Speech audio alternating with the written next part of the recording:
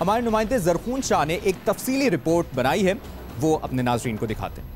1917 میں جنگ عظیم اول کے عروج کے دوران برطانوی وزیر خارجہ جیمز بیلفور کی طرف سے لکھا گیا ایک خط عرب دنیا کے سینے پہ لگا وہ زخم ثابت ہوا جس سے آج تک خون رس رہا ہے۔ جیمز بیلفور کی طرف سے برطانوی یہودی لیڈر لارڈ روتھسچائلڈ کو لکھے خط کو برطانوی حکومت نے بعد میں بیلفور ڈکلیریشن کے نام سے جاری کیا۔ اس اعلامیہ کے ذریعے فلسطین کے وجود پر ایک یہودی ریاست کی تخلیق کی تجویز دی گئی۔ پہلی جنگ عظیم اور مشرق وسطیٰ سے عثمانیہ سلطنت کے خاتمے کے بعد برطانیہ کی اسی تجویز کے تناظر میں 1948 میں دوسری جنگ عظیم کے اختتام پر اسرائیل کا بلا جواز غیر قانونی اور غیر اخلاقی قیام عمل میں لایا گیا۔ اس عالمی سازش نے فلسطینیوں کو آج اپنے ہی وطن میں بے وطن اور اسرائیلیوں کو مالک بنا دیا ہے۔ عرب تہذیب، ثقافت اور روایات کا امی فلسطین 1948 سے اب تک سکڑتا اور صہیونی اسرائیل پھیلتا چلا جا رہا ہے۔ مغرب اور امریکہ کی سازش پر اسرائیل اب تک فلسطین کے 80% رقبے میں سے 78% پر قابض ہو چکا ہے۔ بھرپور زندگی سے شاد و آباد فلسطین اب محض 22% زمین کا مالک ہے جو مغربی کنارے اور غزہ پر مشتمل ہے۔ 1947 میں اقوام متحدہ نے فلسطین کو یہودی اور عرب ریاستوں میں منقسم کرنے کا منصوبہ منظور کیا جسے عرب دنیا نے یکسر مسترد کر دیا۔ 1948 میں اسرائیل نے خود کو ڈیوڈ بن گورین کی وزارت عظمیٰ تلے آزاد ریاست قرار دیا۔